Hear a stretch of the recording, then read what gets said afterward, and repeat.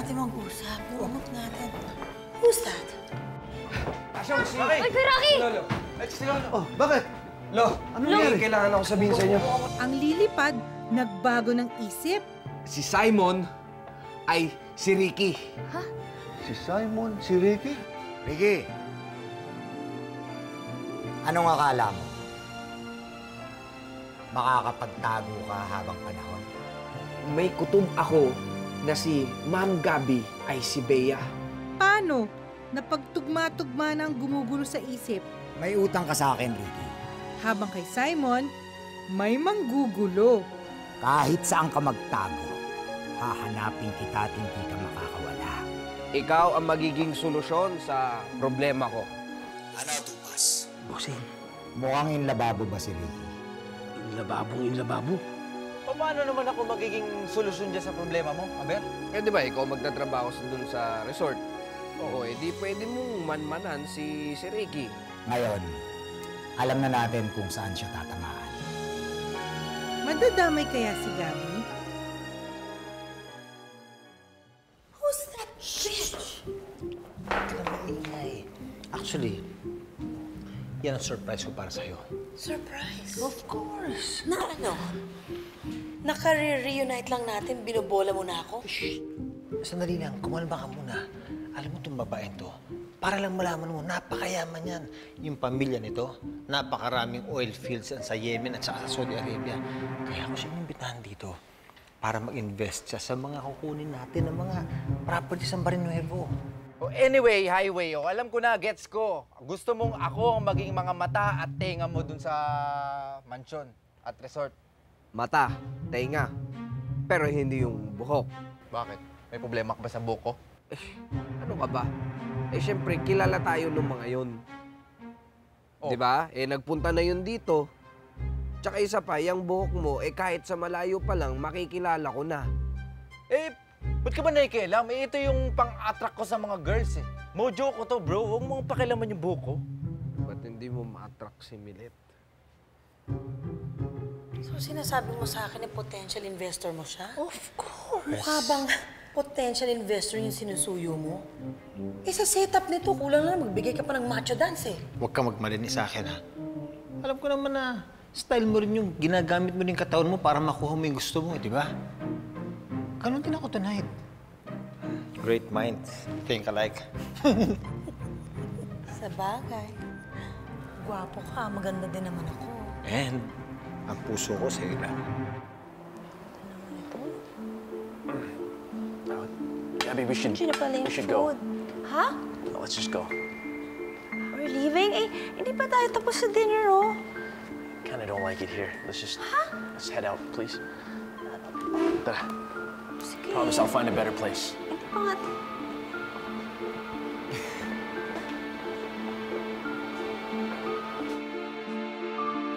You know? Oo naman. Promise, oh. Promise talaga. Sawa na ako sa mga Barrio Nuevo eh. Eto nga't malapit ko na sanang madispatch yung mother-in-law ko. Bigla na namang nagising yung inutil kong asawa. At eto pa, mukhang babawiin na naman sa akin ang kontrol ng mga propriedades. Delphine, kunin mo na lahat ng kayamanan nila para sa amin ng anak mo. Kukunin ko talaga para sa atin para magkasama-sama na tayo. Promise? Promise. Kaya nga mauna ka na. Punta mo na inutil mong asawa. Ako nang bahala. Ako nang bahala dito. Let's go. Galingan mo sa investor mo, ha? Naku. Kukwentuhan pa kita. I love you. I love you too.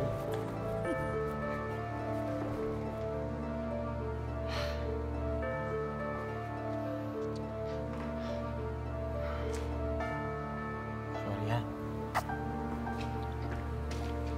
O, nakita mo na? Nakita mo what a lunatic that woman you impregnated is? At in fairness, ha? Kahit ganyan ka-scheming yung babaeng yan, she can still be gullible. Kaya nga, Queen, yan ang pinakamalaking migraine sa buhay mo. I love you, Pasha. Asyong! Hoy! Una araw mo sa trabaho, magpapalit ka. Rocky, anong ginagawa mo dito? Milet. Hindi ka na pala umalis? Nako, mahabang kwento, Milet eh. Ba? Oh. Wow! Oh, yun na bang bago mong uniform ngayon? Yung zipper mo. Ha? Pangit, tol! Di bagay sa'yo, promise.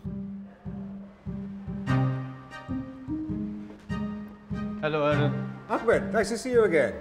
Meron tayo kailangan pag-usapan. Is it important? Medyo importante. Sure. Ano? Ano sabihin mo? Mga asar ka na naman? Magsisimba pala kami ng inay ko eh. So, mauna na ako sa inyo Saka na lang tayo magkwentuhan, Rocky. Ha? Bye-bye! Bye-bye. Wow! May ganun? Nga pala, Rocky, magtakin mo.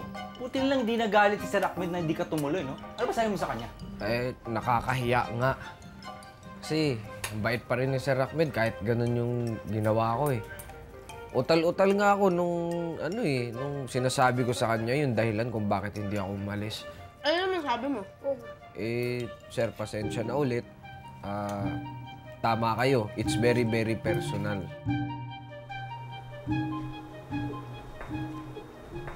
So, how's the holidays? Ayun, very happy. Magkakasama kami nila Papa, nila Abuela, tapos si Simon nandun din sa bahay. Uy, mukhang perfect ang Christmas natin, Ano perfect? Perfect na perfect. Golden. Pep. Saan kayo pupunta? Ihatid ko lang, si Asyong sa resort. Pupuntahan mo si Gabi, ano? Akala ko ba napag-usapan na natin yan? Okay na, ako na maghahatid sa kanya.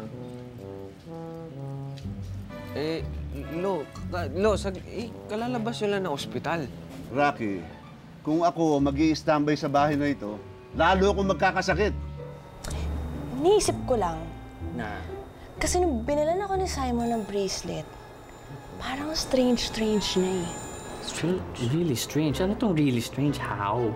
Kasi, noong una, sobrang passionate niya. Sabi na, sobrang lucky daw siya to have me.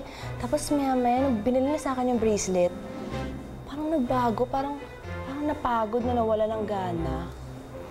Huwag ka naman kasi super expensive. Or, Bes, naku, baka bipolar ang jowa mo. Tayo na. Sige, Lo, ganito na lang pagkatid nyo kay Asyong sa resort, baka pwedeng dumaan kayo sa bahay ng mga Barinuevo. Bakit naman? Kamustahin nyo lang si Senyora Maxi. Tsaka baka pwede, alamin nyo na rin kung ano na nangyayari kay Gabi, tsaka kay Ricky. Okay. Tayo na. Bye.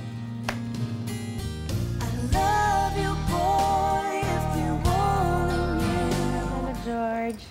Hi. Kumusta po kayo? Mukhang namimiss niyo po si Rocky, Oo, namimiss ko nga eh.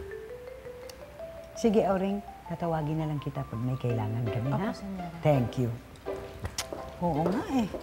Nakalipad na pala si Rocky. I was so sad to find out kasi ewan ko ba talagang magaan ang loob ko dun sa batang yan. Alam mo, Maxi, yan din ang dahilan kung bakit ako nandito ngayon. Talaga? Kasi pinagbili niya bago siya umalis na pasyalong ko raw kayo ni Gabi paminsan-minsan.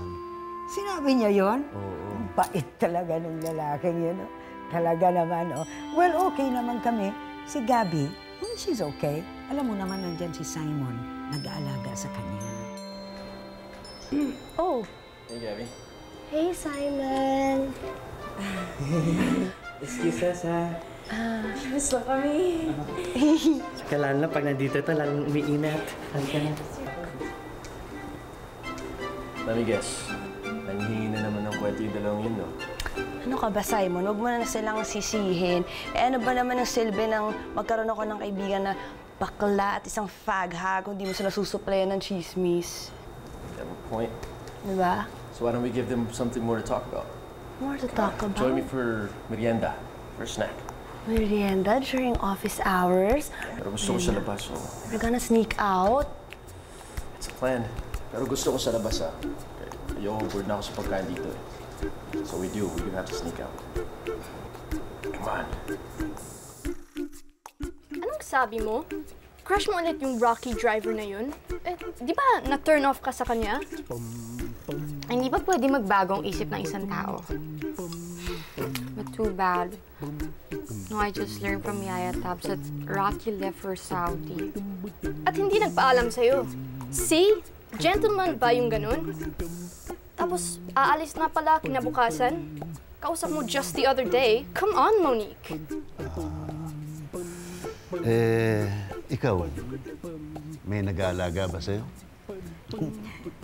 Kung sa alaga, marami dyan. Pero kung pag-usapan yung pagmamahalan, kulang. Naku, siguradong hindi totoo yun. Naku, paano mo masisigurado na hindi totoo yan? Hindi naman kasi niya obligasyon yon. Okay? Pero, okay lang kasi I still have ways to get in touch with him. Paano? Let's just say nakilala ko yung tao na nagpadala sa kanya sa Saudi. Kasi ang daldal ni Yaya Tabs, kaya yun. Thank you na lang sa kanya. Sarah, kumusta lahat? Okay naman po, sir. Ayos ko naman po yung mga... Yes, bossing. Function rooms. Nandito si Ricky. Pumasok yung babae kasama niya. Opo, napalinis ko na rin. Food? Walang sagabal sa plano natin. Siguraduhin mong hindi na naman makakawala yan. Madulas siyang ungas na yan. Sa akin lang natutuya ng pagpapalit-palit ng ID para hindi maamoy ng mga NBI ang kinilalagyan niya. Walang kawala ito.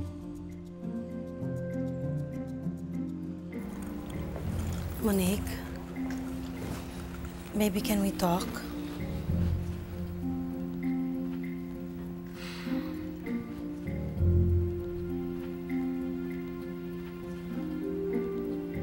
Excuse me lang, Franz.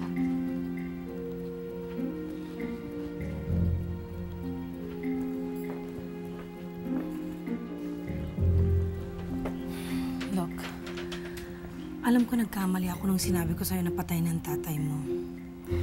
Pero sana maintindihan mo na ginawa ko lang yun dahil I was trying to find a better life for the both of us. Nagkausap na kami ng tatay mo. And sinabi niya sa akin na gumagawa siya ng paraan para magkasama-sama na tayong muli. Bakit? Dahil mayaman na siya? Ma, baka naman nakakalimutan mo kasal ka kay Tito Aaron. Mr. Bernuevo, what a pleasant surprise. Wala nagsabi sa akin, nandito po pala kayo. Well, actually, sekreto pagpunta ko dito. Nobody's supposed to know. Kaya nga sinabi ko naghahanap kami ng paraan para magkasama tayong muli. Paano? We're just gonna run away, just like what you did the first time? Paano pag wala ng pera ulit si Daddy? Alis ulit tayo. Tapos maghahanap ka na naman ng bagong mayaman na pwede mong dikitan? Sweetie, that's not the case. And tone your voice down, pwede ba? Oh, by the way, I'm going to make an announcement. Make sure that all the department heads are in Coral Function Room in an hour's time, okay? Okay. Oh, got it. By the way, make sure that Gabby's there. Yes, sir. Oh, marinig mo yun? Gather daw lahat ng department heads sa Coral Function Room A. Magbe-meeting doon at kailangan nandun si Gabby. Yes, sir. Sige po, papatawag po si Ma'am Gab. Sige, sundan na lang kita yan.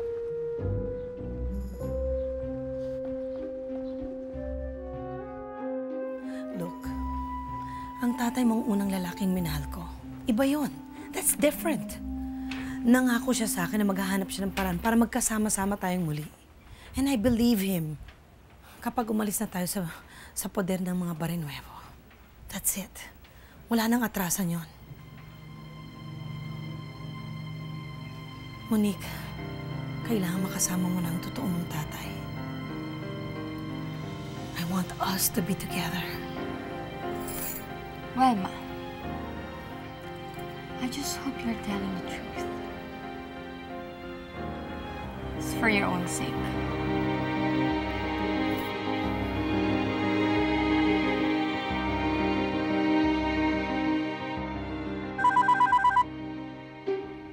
Hello? Rocky? Oo, may sinabi na si Sir Simon. Ha? Hindi ko naintindihan ang bilis nila magsalita. Pero ang sabi, importante daw na nandito si Ma'am Gabby at saka parang kukunin daw yung head. Anong head? Ha? Ewan ko. Basta parang kukunin daw yung head ni Ma'am Gabby yata. Hindi ko alam eh. O sige, sige. Pupunta na ako dyan, ha? Oo, basta. Sige. O sige. Okay, bye-bye. Lo, pwede ko ba hiramin yung jeep nyo? Ba't saan ka pupunta? Eh kasi Pupuntahan mo na naman si Gabi, Hindi ano? tumawag kasi si Asyong. Sabi niya may masama daw gagawin si Ricky. Eh, pera muna ng jeep, Lo. Sige na. Sige ito. Sige po, Lo. Salamat, ha? Ingat ka, ha? Opo.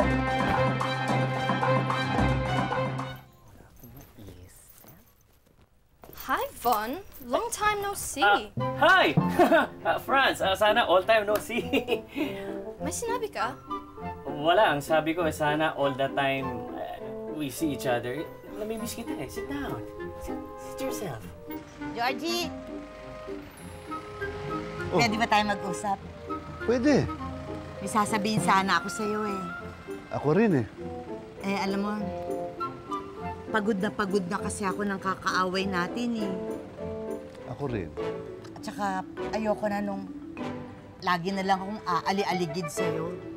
Tama ka dyan. You wanna hear a secret? Sure. Oo, ano yan? Baka hindi ko dapat sabihin sa'yo.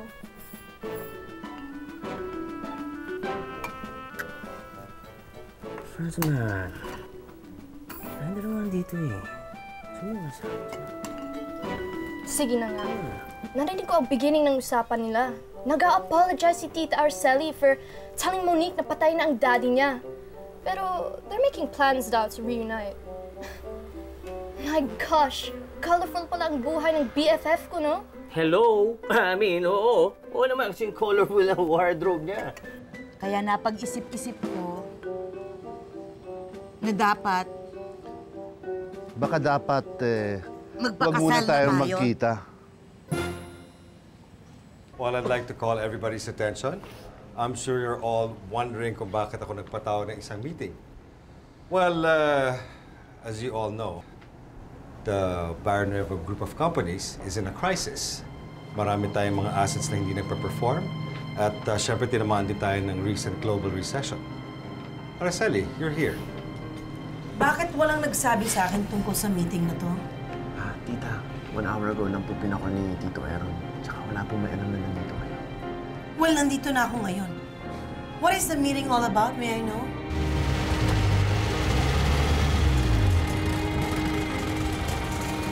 Asyong! Nasaan sila Simon tsaka si Ma'am Gabi? Well, it's a good thing you're here, Araceli, because gusto kong madinig mo ang mga sasabihin ko. Gaya nga na sinabi ko kanina, may crisis dito sa Barnuevo Group of Companies.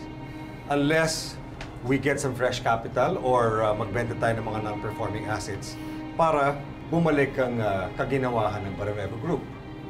At this point, gusto ko lang sabihin na meron akong good news sa inyo. Dahil meron tayong isang willing partner na gustong buhayin ang ating grupo. At ipapakilala ko siya ngayon sa inyo. Walang iba kundi si Mr. Ahmed Al-Farouk.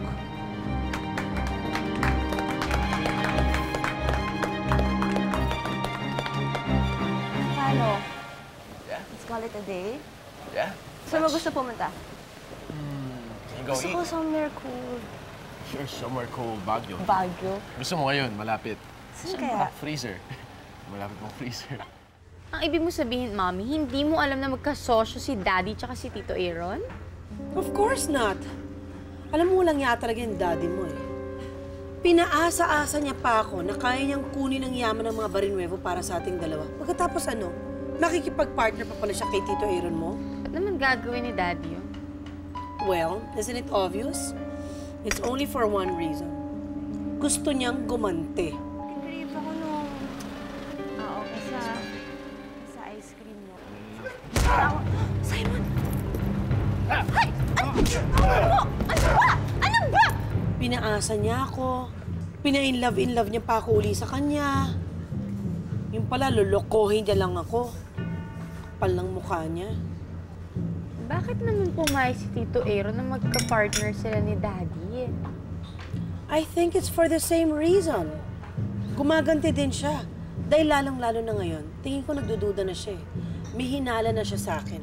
Di lang siya at ang abuela mo. So siguro, gumanti siya kaya niya to ginagawa. Oh, ano ba? Ano ba? Rocky! Halika na!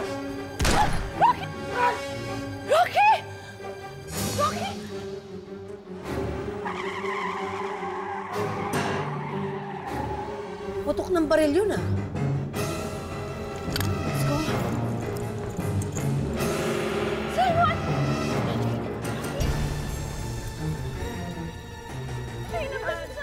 Masupatayin na natin sa ospital to! Tulungan niyo ako, bilis, Ace!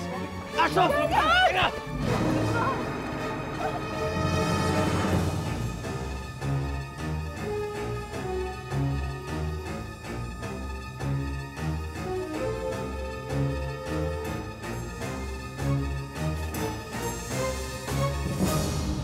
Siguraduhin mo lang magbabayad ka. Kung hindi, tutuluyan ko yung shota mo. Desperado na si Simon. Will you marry me? Maantay kaya ni Gabby na magising si Rocky? Sino bang binalikan mo, Rocky? O mawawalan na ba talaga ng tsansa si Rocky? Simon and I are engaged. Kalala niya ako as Bea. Nakalala ko siya as Randy. We've known each other since we were kids. Rocky? Abangan ang mas umiinit na mga tagpo sa My Driver Sweet Lover.